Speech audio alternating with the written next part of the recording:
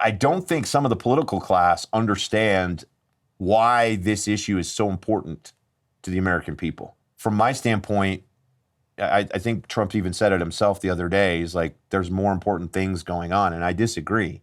I think if you have an individual who has trafficked underage girls and who knows what else to the world's most powerful people, it is impossible to have good government so long as that exists and there isn't accountability for that.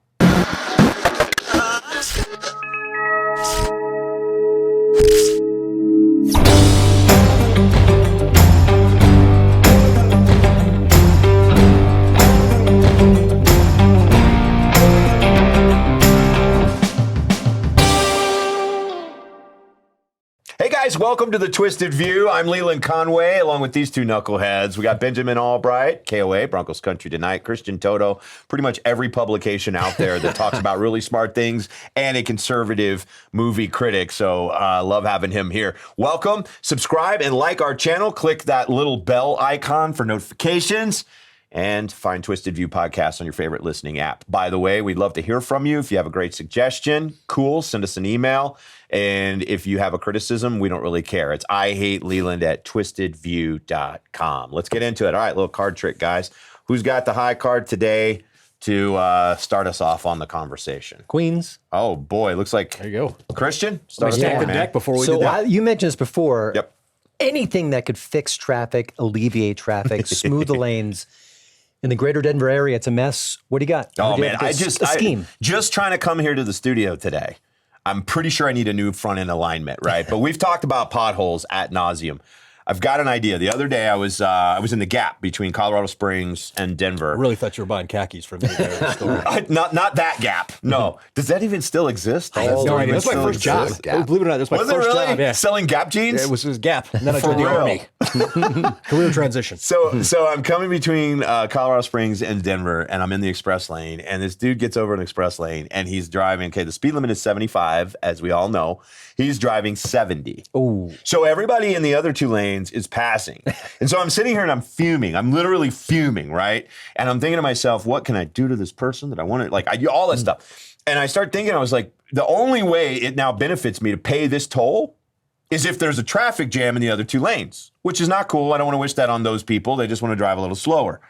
And I have come up with the final solution for how to handle express lanes, because this is a problem for Subaru drivers in the state of Colorado. They get in the express lane and then they become the hall monitor of the state. And they either go exactly the speed limit or they go below it. Am I wrong? First, let me just establish this. Yeah. Am I wrong? You should be able to go faster in the express lane than the actual posted speed limit. Am I wrong on that? I think that's what you're paying for, Yeah, right? it's the whole purpose of it. Exactly. So first of all, we got to set the speed limit at 80 Ooh, I or like that. 85 in the express lane. So it's 5 to 10 miles faster than the other. That's number one. Yeah. Number two. Number two is a drone strike. Yes. Yeah. I don't mind that. We can Okay. drone strike the slow ones. yeah. Number two, if you go lower than that extra speed limit in the express lane, not only do you get a ticket, okay, just like you would for a speed limit, but you also get assessed a fine that equals the amount of everyone's toll behind you for 5 miles. Whoa. Because everyone behind you is paying a toll to be in that lane, and they're getting passed. So you've literally negated the whole point. Yeah. Everyone behind you for 5 miles, you got to pay their toll plus the ticket fine for going slow in the left-hand lane. And then the drone strike on the third. Am I wrong? Am I wrong? I'm all about the drone strike, but you. Well, I just say you got to find an enforcement mechanism for that. So in the real world, I don't know how realistic, but a $500 We just fine, talked about AI last week, guys. Well, yeah, and they can solve that for us for only 30,000 gallons of water an hour or whatever it is. I mean, a $500 fine for not hitting the minimum threshold. There's got to be a minimum speed, and you're a $500 fine on that. I'm clear for that. I mean that's what you're paying for, right? So we pay we pay to go in the fancy lane, so we can go, we can go fast. So we have. What were you going to say, Christian? I was going to be, well, it's got to be like an amount of time though. Like if someone just hits the brake or has to slow down for some reason, I get that. But if it's like more than a few beats where they're going that slow, right? If they're consistently driving at 3 to 5 miles, or even at the speed limit that's posted. Again, I think the speed limit should be faster in there. It's the whole point of paying for it. Yeah. It's called an express lane. Like if you go through the express lane in the grocery store, you have to have 15 items or less, right? Why? Because you're going through faster. That's the whole point. Well, drone strikes there too. Okay, I'm cool with that. Should we? Do you suddenly have like drone stock? Do you have stock in a drone company? We're supposed to be libertarians. We're trying to drone strike everybody. That sounds like Christian's got stock in drone companies. But seriously, I think the enforcement mechanism is there. And this drives me nuts because we can talk about this a little bit from a privacy standpoint.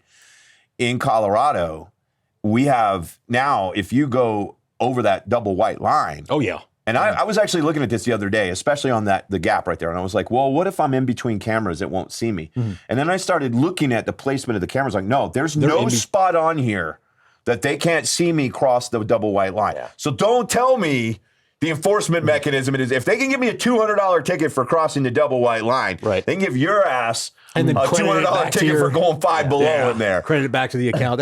Yes. Yeah. I like the escalation though, because the first warning that hurts, but if you get another one, there's a little bit. I mean, I know I'm the drone strike guy now, but there should be some mercy levels. But if you're a repeat offender, then we crank up the vines. Yeah. No, I'm there. I mean, I was. The other thing, you have no recourse to move somebody out of the way if they're going slow. Like if somebody's behind me and ride my backside, you just turn on the wiper fluid, let that paste them for a minute. Yeah. And they get the idea to move back, but you have no recourse to get somebody out of your way in front of you that's going slow. Then land on the horn. And and here's the thing about that too, because it always leads to road rage. If you come up on them, even if you back off, they get pissed. Yeah. And this is what happens to Colorado. I've seen this more in this state than anywhere else in the country. If you are going slightly faster than somebody and you come up on them, they will slow down. Right? And then you Subaru drivers. Yeah, we are talking to you Subaru drivers, all of you. I don't know what it is about Subaru drivers, but I just recently went to a Subaru dealership just to check, and I did in fact see that there were no gas pedals in any of the cars. None. All brakes, no gas. Maybe what was it, the TRX? Or the WRX. Yeah, the WRX. Like, that one has a gas pedal, because that guy's usually like weaving in and out of traffic. Everybody else is not. But I honestly feel like that's the thing to do is to there's a couple of states. Tennessee is one of them. Texas is one of them that will actually fine you if you're going slow in the left-hand lane. Kansas will pull your ass over if you're just floating in the left-hand lane. They won't even let you do that. So there has to be some kind of enforcement of it because, again, we paid to construct those roads. We're paying a premium to ride in that express lane. I mean, this is the libertarian utopia, right? The toll road is how we pay for the roads, which obviously doesn't happen here in Colorado. But if we're going to do that and we're going to do these projects, I feel like it's only fair that people who are messing that up, like, what's the psyche behind the person that gets in the express lane and goes less than the speed limit? What is that psyche?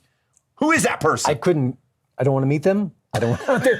They say I'm not inviting them to my Christmas party. MAGA fans, you got to kind of push them out of your life. Those people you push out of your life. I think we need to pull up all the I Hate Leland emails that have been sent in. They're out there to mess with you. And they're mostly from Subaru drivers. Yeah, right. And now Subaru drivers and people that hate you.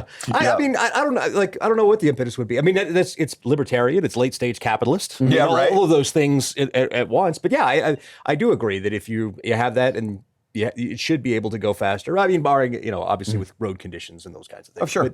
But you can figure that out. 10 over what the other is. But there's, I was just in California last week, and not that I'm going to give any kind of kudos to California, but their speed limit signs are digital, and they adjust to the conditions on the road. Nice. Okay. Well, So they adjust to traffic flow, and they adjust to weather conditions.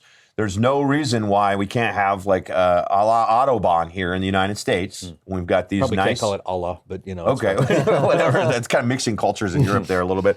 But I mean, there's no reason why we couldn't have an Autobahn style where it's just like, hey, today, guess what? It's a beautiful sunny day and the traffic flows light. You can go 90 miles an hour today. Get at it. Or today, there's a lot of traffic. The Renaissance Festival is happening in Larkspur or whatever. And you're going to have to go 65 because that's really what it is. But the other two lanes have to be going slower, no matter what. Yeah, I see like a pop culture component here where get all like Denver-based sports figures and have them push this. Like, make it a cool thing. Make it cool to be quick in that lane. Like, just make it hip. You probably won't want to use the word hip. No, that works. I'm down with that. That's cool. So I'm uncomfortable already with the camera use. The hill going out on I-70 I understand why they're doing it. Yeah. You know, you got construction. I really don't like when people speed past construction sites. Those are people, they got kids, they got families, right? Be careful. But I don't like the fact that if you're going over 10 over, they're gonna tag you with that. But since we have the technology, let's use it for good, right? Like this is like you know, we're using it's nuclear power versus nuclear bombs. Let's use it for good is all I'm trying to say. I'm with it. I'm 100% with it. And and all you people who go slow in the fast lane, you should be paying attention to this right now. That's right. That's right. This is the most important show you're going to see. All right, let's talk Epstein. I got a problem with this whole thing and how it's being handled. As you guys know, I voted for Trump. I voted for him 3 times. I'm not a sycophantic Trump supporter. I voted for him because I didn't want like a freaking socialist. Okay, that's really what it came down to. It didn't come down to personality. Largely, I'm okay with most of what he's done in this administration. We probably have 3 varying opinions on that here at this table. I think that's totally cool. But the Epstein files, I don't understand what's going on with how they're handling this. I'm very disappointed, number one, borderline pissed. And I don't think some of the political class understand why this issue is so important to the American people. From my standpoint, I think Trump even said it himself the other day. He's like, there's more important things going on. And I disagree. I think if you have an individual who has trafficked underage girls and who knows what else to the world's most powerful people, it is impossible to have good government so long as that exists and there isn't accountability for that, right? Because all of us are living under a different standard than what those people are living under. And you brought up, you and I were talking about this the other day, Benjamin, the number of edits. Yeah. Let's talk about the footage first. Let's start there. Let me say this first, because I think that there's a fundamental misunderstanding by Washington on why this is important to the American people. Yes. And you voted for him 3 times. I didn't vote for him any of them. That's not to say that I voted for the I people hate you you. think. Get out. Not the people. I probably didn't vote for the people you think I did. But like I wrote in Mitt Romney in the last. Oh yeah, I saw the Kamala sticker on your car. Oh, yeah. Big, huge Kamala Harris fan. Me. That's Doc Brandon, that's the come one. on. Yeah. That didn't age well. You know, the laser eyes. That's whatever. Yeah. I voted for Gary Johnson in 2016. You know, Good for you. Like Good for you. But I didn't vote for him. But he was swept into the office on a wave of populist sentiment that's been sweeping this country since, honestly, Mike Huckabee was up against John McCain. Right. Yeah. There's been this populist undercurrent, and it's been against the sort of entrenched families in politics. And I think the Huckabee thing, because McCain had Bush's endorsement and the Bush family, there was a backlash against that. And then you had Hillary Clinton running, and there was the backlash against the Clinton legacy and all that kind of stuff, especially after Obama and all that. And so I think that there is a populist understanding that Americans are tired of sort of these entrenched political elites. It's why you see a lot of this stuff about the deep state, which half that stuff is nonsense. There's some truth to it, but half it's nonsense. I think there is. And I think if you want to continue to remain in politics in America, you better get on board with the fact that people want open transparency. They don't want these backroom deals anymore. They don't want this kind of stuff. And I think that there is a groundswell for that. And I think that both sides have drastically underestimated. The Democrats are starting to capitalize on it now. Sure, which is ironic because they didn't care about it the last 4 years. But now they're like, wait a minute. He must be on the list. The wind is blowing this way. Yeah. Right. Yeah. So I think let's start with that. I would say that. Now, with the video stuff, I mean, you know my background, Christian, a little bit about my background. Yeah, you know some stuff about tech. I know some technical stuff. So me and a buddy of mine started drilling down on this, and they did not hide this at all. This raw video that they gave us had 141 edits in it. It was done with Adobe Premiere. Okay, hold on, stop you right there. I'm gonna pause. Let's frame for those who don't know what this video is that we're talking about. We're talking about, remember, if we go back to the narrative. Yes. The narrative was these 2 dudes that were guards fell asleep at exactly the time that the individual in the cell was supposedly killing himself. And also, the cameras watching the cell just happened to go on the blink at that time. Now they've released this missing footage. The cameras no longer apparently were not working. They went back and got that footage and released it to us to show us that nobody went in or out of the cell at that time. And they Now, called it the raw footage. And this is- which has a very specific meaning, Right. especially in the broadcast world, right, Christian? Yes. That's, And that means not edited, not touched, nothing. Correct. And this is and it's about as raw as a well done steak burger, because it ain't wrong.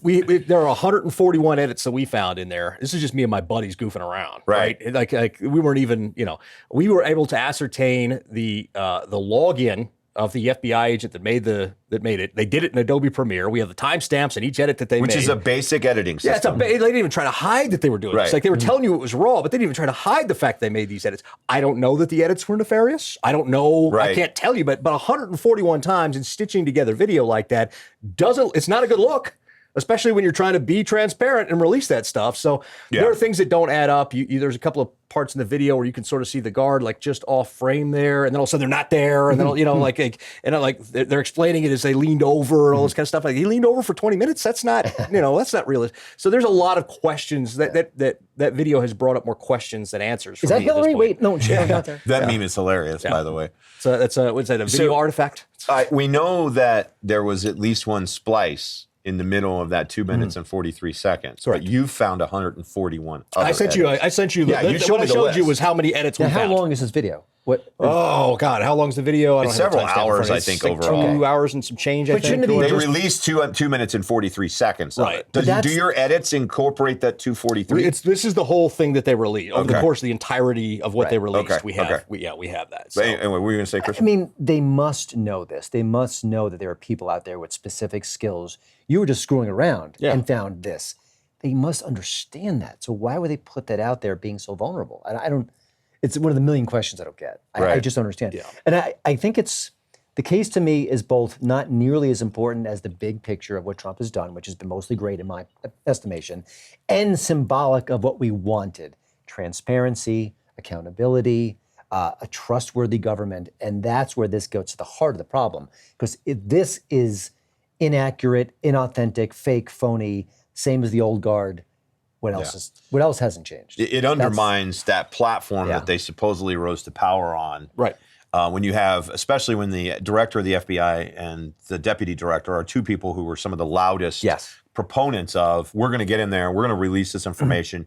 You're going to see, we have inside knowledge. They insinuated over and over and over again on national radio. They didn't just say we should release the files. They insinuated they had knowledge that there were people on those files that were going to be compromised. And now all of a sudden they're like, no, trust us. Yeah. We got your back. Trust us. There's nothing in there. And I just think that's one of those things. And here's what made it worse, guys. Pam Bondi comes into office as AG. And the first thing she does is, I got the files. They're on my desk. I'm going to give these conservative influencers these binders. We're going to do a photo op. And then they came out of that meeting and they went, wait, there's actually nothing in the binder of any significance. And then she totally turns her back on them. Yeah. All of a sudden, in like a 2-week period, they're gone. We're not going to get them. There's nothing there. That was one of the biggest unforced errors I've ever seen. Right. Yeah. Every step of the way of that situation was disastrous. Yeah. From the, look at me, I've got the folders here, which is a serious case involving child sexual abuse. Yes. Right. There's nothing remotely about cool or pedos. hip about that. You know? I mean, just bad taste, bad planning, bad optics, bad everything.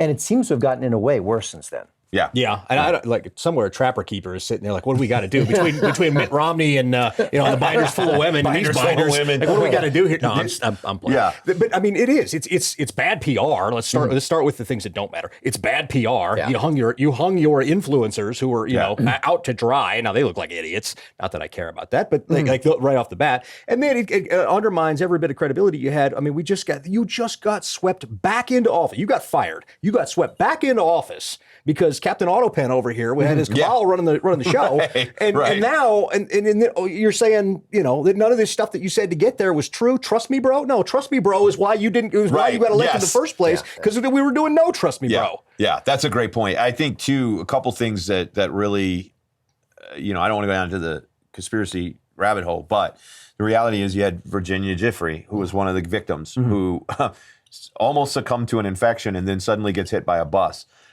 That's weird, right? When you add all of these things together, you have victims on tape saying we were raped thousands of times right? Not just by one individual. You have all of the story that was told to us before, that on that island everything was videotaped, right?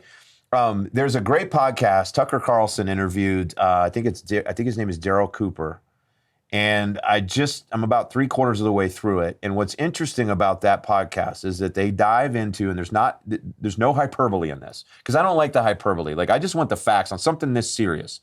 And they go through all of the connections to the various intel agencies within the allies, Great Britain, Israel, us, that this guy may have had connections with. And it becomes almost impossible to think that he didn't have some kind of deep connection with the U.S. government. And maybe the simplest explanation is this guy was a really, really, really, really bad guy who had one really important talent that the U.S. and our allies needed. And so they forced everybody to look the other way while evil, horrible, insane things were happening, which is not a justification for that, right? That's the best interpretation of what happened. That's the best. And it's still evil. Yeah. That's what bothers me about the story. And I think, again, if you think that's a not important issue in today's society, tied to everything else that we're talking about, national debt, corruption, military-industrial complex, if you don't think that's tied to that and important, your head's in the sand. It's such a staggering PR misstep by a guy who's been a wizard with a wizard PR. of PR. That's a great and it's point. not the only one. This birthday card thing, which has been known about for 15 years. This isn't new. Right. Like, if he didn't write that message, he commissioned it. He definitely drew the picture. This has been known about for 15 years. No, you don't know about his art skills. He's been doing it for years. Like, this is a known thing. I'll tell you this. Here's the reason that denying that you did it was the misstep. Because Bill Clinton wrote a letter for the same book. Yeah, right. And now you can't acknowledge that and put that out there because because it justifies the Well, the and other that's, side of it. by the way, that's one of the underlying, I think, insidious reasons they've given for not releasing the information. They say there are innocent people in those files. I agree. Redacted. Redact those There are names. people, like, I don't think that Trump was on the island doing the things. No, not at all. But at one point, he had an association with this guy because a lot of powerful people had an association with this guy. So there's a lot of people that don't want to get burned by the sun, so to speak. And I get that. But I think there's still a way to release this information and keep the ones that don't have that kind of connection. But guess what? My mom always taught me, you are who your friends are. And if one of your friends tomorrow got indicted for deep level financial corruption, there's probably going to be some people asking you some questions. Same for me, same for Christian. So there's nothing wrong with asking those questions of those people. And maybe that's what they were doing. But if I was handling it, I would have been like, we're not going to say squat about these files until we've done the investigations and we know who it is we need to deeper investigate. Appoint an independent counsel, have them go through it, put everything through it. Keep we your don't even hands, have to keep your release hands the out names, of it. Right. But if you have an independent counsel, you're telling the country we're looking into this, Yep. Yeah. and somebody's getting held accountable. I mean, this is the true bipartisan issue. The Democrats did nothing. Now the Republicans are doing that. right. 78% of the country wants more on this. This is as bipartisan as it gets. Yeah. Because everybody watching this podcast, they have daughters. Yeah. They have children. Sisters, right? wives. And they're sitting here going, hey, if somebody from down the street picked up my daughter in a van and drove off, I'd kill him. Right? So what's going on with this? What's going on with this? And There's the sense that people get away with this particular crime again and again and again and again. yes. Well, That's certain the people. scary- yeah. Certain Yes. people do. But it seems chronic. Not Jared. In Hollywood, potentially, and the Although he did for Catholic a Church. I mean, there's been so many examples where people just get away with it. Yeah. And now we've got one dead to rights. I guess he's technically dead, but there's a whole network of people that are still connected to him. Yeah. And we can't figure it out. By the way, the media's done a terrible job of this. Yeah. They don't cover it. They don't care about it. And if Trump was into the crosshairs right now, they would not care a whit about Yeah, this. and I was going to ask you about that because this is our resident media critic here. What is your assessment? I mean, because the few reporters that had the braveness to come forward, even back early, and do stories on this. I was one of the things they were listening to. What was her name? Vicky Ward, I think it was, for Vanity Fair, had done a piece, and she was doing a profile piece on Jeffrey Epstein. So he agreed to interview with her and everything. And according to this podcast, at one point it had come up. Victims came forward to her and said, "Hey, this is what happened to me." And she's like, "Oh, I didn't know that." So she asked him about it, and he got mad and threatened her. She left it in the story because she was a brave reporter. Yeah. But then the editor took it out, and then Epstein was in the editor's office. Like that happened. And there were other reporters who, when they brought this up, They got slapped down, fired, threatened, etc. What's going on in the media that there's this one area that they seem to be absolutely incapable of reporting on? I mean, as a comparable here, Harvey Weinstein was known. Everybody knew. Yeah. There was a journalist named Kim Masters who was a veteran Hollywood reporter, and she got him one-on-one and said, "So I hear you abuse women," or something very similar to that to his face. And that story went nowhere. Right. Because I believe he threatened X or Y different outlet. I will sue you into oblivion if you say these things. Yeah. So I think that powerful people have the ability to clamp down either legally or God knows what other way they have to make this go away. Yeah. But they always make it go away. Yeah. And it's a minor miracle that Harvey Weinstein is in jail right now. Yeah. That he's been caught, that some women were brave enough to finally step forward. Well, he's not a Republican. No, I know. And some good journalists came along and said, hey, we're going to tell the story. Yeah. She Said is a very good movie, by the way, that covers this. I don't get too deep in the weeds on this, but like, you know how the backlash against media over the last 15 years or whatever, media's job is to be the watchdog. Like, Yeah, we totally. lost when the politicians convinced us Right that or the left. media was the bad guy and they're the good guys. Yeah. But media has nobody but itself to blame. Oh, yeah. Yeah. Access journalism has turned media into a cesspool, and it's. I see it in the sports world. I see it all the time. Yeah. It's harmless in the sports world. Yep. But when you get into politics, like the ethical lines get blurred with this access journalism, and these people, they can't report objectively, or they omit things to protect their powerful source because that's their pipeline to info, Right. instead of doing the work and following the evidence. And that's my finger wag at the rest of the. That's a journalism great right point. And for those that don't know, access journalism is where you get in with the really powerful people and you get that clip, you get that soundbite, you get that interview, you get that thing. So to sit down with the President of the United States or You get sit down dinners with and drinks and all you that. go to the And I do cocktail that in the circuit. sports world. I have it in the sports absolutely. world. You're on the cocktail circuit. You're on the awards circuit, right? Like you get that. And that is intoxicating. I've been in media for 25 years. It's intoxicating to go to those events. Get Be in dressed those up. rooms. Everybody knows who you are. It's great.